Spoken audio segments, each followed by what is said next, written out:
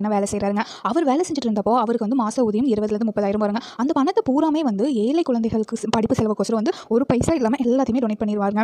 Donate பண்ணி முடிச்சுட்டு லைப்ரரினா இங்கே வேலை செஞ்சுட்டு அதே டைம் வந்து நிறைய டிகிரிஸ் படிச்சுட்டு அடுத்தது ஈவினிங் போய் என்ன பண்ணுவார் அப்படின்னா ஒரு ஹோட்டலில் சர்வெண்ட்டாக வேலை செய்கிறாருங்க. அங்கேயே சாப்பிட்டு அதில் கிடைக்கிற சில சம்பளத்தை வச்சு அதையும் டொனேட் பண்ணிட்டு அவரோட டெய்லி நீட்ஸ்க்கு அவர் வந்து பயன்படுத்திட்டு வந்திருக்காரு. இவரோட வாய்ஸ் வந்து கேட்கறதுக்கு கொஞ்சம் கீச்சுன்னு இருக்குங்க. அதனால நிறைய இன்சல்ட் பண்ணியிருக்காங்க இவர் நிறைய பேர். அதுக்கப்புறம் இந்த வாய்ஸ்னால வந்து நிறைய பக்கம் அவமானப்பட்டிருக்காருங்க. ஆனால் இவர் ஸ்கூல் டைம் படிச்சப்போ ஒரு டீச்சர் வந்து என்ன சொல்லியிருக்காங்க அப்படின்னா, நீ எப்படி பேசுறது வந்து முக்கியம் இல்லை, உன்னை பற்றி 4 பேர் எப்படி பேசுறாங்க, உன்னை வந்து எப்படி மதிக்கிறாங்க அதுதான் முக்கியம் அப்படின்னு சொன்னதுக்கப்புறம் அது ஒரு மோட்டிவேஷனலாக எடுத்துட்டு இருக்காருங்க இவர்.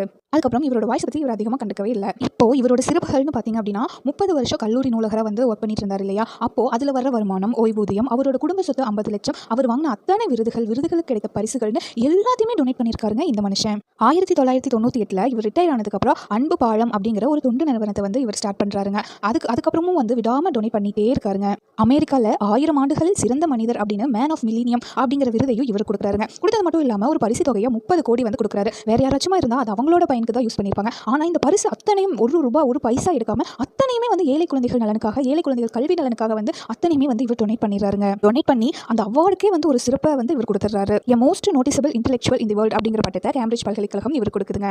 35 வருஷத்துக்கு முன்னாடியே அவரோட பாடி பார்ட்ஸ் அத்தனையுமே வந்து டொனேட் பண்ணி மருத்துவக் கல்லூரிக்கு வந்து எழுதி வச்சிட்டாருங்க. 20ஆம் நூற்றாண்டின் இணையற்ற சாதனையாளர்களின் ஒருவரா இவர் வந்து ஐக்கிய நாடு அமைப்பு தேர்ந்தெடுத்திருக்குங்க.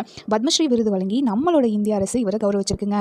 மக்கள் பணியே வந்து தனக்கான பணி, மக்கள் சேவையா நமக்கு ரொம்ப இம்பார்ட்டன்ட் அப்படின்னு திருமணம் வாழ்க்கையில கூட ஈடுபடாம இருக்கிறாருங்க இவர். அவருக்குன்னு இப்போ வரைக்கும் ஒரு சென்ட் நிலம், ஒரு குடிசை வீடு, சில ட்ரெஸ் அவ்வளோதாங்க இருக்கு. அத்தனையுமே வந்து மக்களுக்காக டொனேட் பண்ணிட்டாருங்க.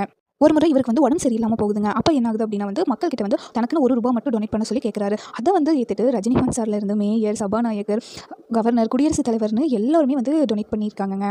ஈவன் கொரோனா டைமில் கூட வந்து நிறைய ஹெல்ப் வந்து மக்களுக்காக பண்ணுறாரு. இன்ன வரைக்குமே வந்து மக்களுக்காக அவ்வளோ ஹெல்ப் பண்ணிட்டு இருக்காருங்க. இவரோட தாரக மந்திரம் ஒன்று தானுங்க, எதுக்காகவும் பேராசப்படக்கூடாது, எது கிடைச்சாலும் அதில் 10ல் 1 பங்கு தானம் செய்யணும், தினமும் ஒரு உயிருக்காவது நல்லது செஞ்சுடுவாங்க, நீங்கள் வந்து ரொம்ப சந்தோஷமாக இருப்பீங்க, உங்கள் வாழ்க்கையை வந்து ஃபுல்ஃபில் அடையும் அப்படின்னு சொல்லியிருக்காருங்க. இந்த நெறிமுறைப்படி தான் வந்து அவர் இப்போ வரைக்கும் வாழ்ந்துட்டு இருக்கிறதாகவும் வந்து சொல்லுவாருங்க. இவரை பற்றி எனக்கு இவரோட வாழ்க்கை வரலாறு படிச்சதுக்கப்புறம் வந்து ஒரே கூஸ்பம்ஸ்ங்க. ஏன்னா இந்த காலகட்டத்திலையும் வந்து சுயநலம் இல்லாமல் பொதுநலத்தோட ஒரு மனுஷன் இருக்கிறாருங்கிறதே வந்து ஆச்சரியமான விஷயம். இவரை பற்றி கேட்குற ஒவ்வொரு விஷயமுமே வந்து எனக்கு ஒரு மோட்டிவேஷனலாக இருந்துச்சுங்க. இந்த வீடியோ பிடிச்சது அப்படின்னா வந்து மறக்காம நீங்கள் வீடியோ லைக் பண்ணி, சப்ஸ்கிரைப் பண்ணி, சப்போர்ட் பண்ணி கமெண்ட் பண்ணுங்கள். தேங்க்யூ.